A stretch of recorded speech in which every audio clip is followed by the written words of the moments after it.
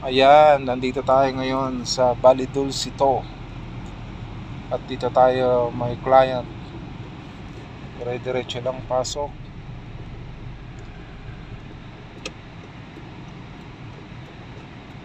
Sakto naman siguro, kaya sukat na sukat. Pasok. Ayan. So ito yung mga up and down ng ating Philinvest dito. Pwede kayong mag-inquire. So yan. Ang advantage lang no ng mga bahay ng Philinvest ay may mga parking talaga siya.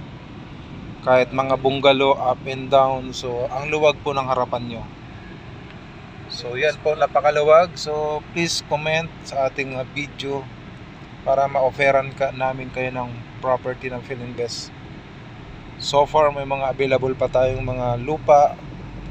May mga available tayong mga residential commercial na lupa. At meron din tayong mga available na residential. Kaya dito na kayo mag-avail ng property dahil maluwag, hindi siya crowded.